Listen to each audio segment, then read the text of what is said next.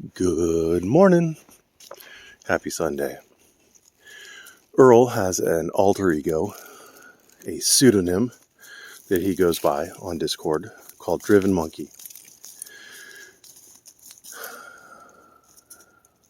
I don't remember if it was Friday or Saturday, but I posted a bunch of documents that the state had filed against Earl, and that Earl had filed responding to the state, and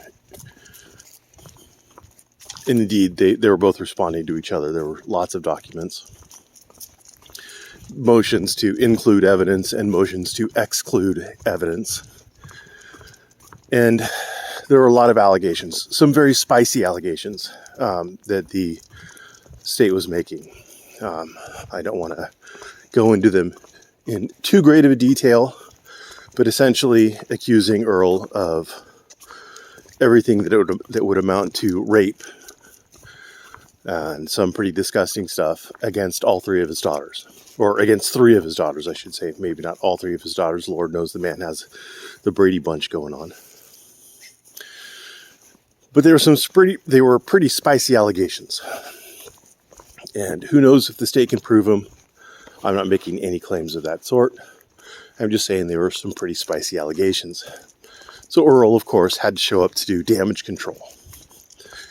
And so Earl shows up as Driven Monkey to try to cast doubt on the allegations that the state had made. And of course, he was about as effective as Earl always is doing such things. Because you have to remember that Earl can't speak without telling a lie.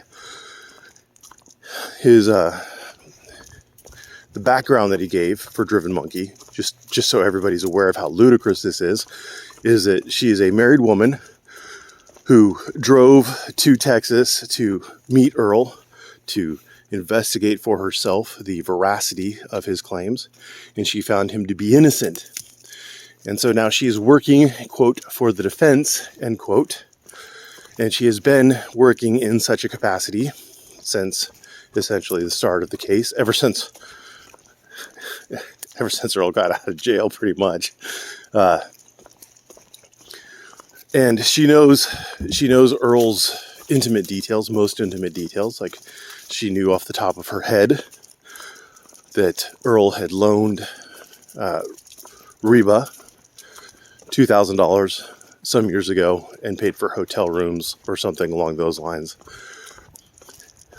which surprised Reba, but hey, you know.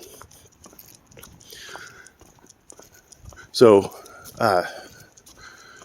Earl claims through his alter ego, his pseudonym, his nom de plume, as it were, that the FBI is now investigating interstate harassment against Earl. Now, what that means is, apparently at the meeting, Earl called it, his lawyer was present, because we all know that defense lawyers, who typically take one chunk up front for the pre-trial and then one chunk right before trial, like to get involved in extra side projects for free, because that's what everybody likes to do. Work for free. Fun stuff. So anyway, Earl's lawyer and Driven Monkey and Earl were there, because of course Driven Monkey has to be there if Earl's there, because, well, again, nom de plume. And they discussed the interstate stalking claims.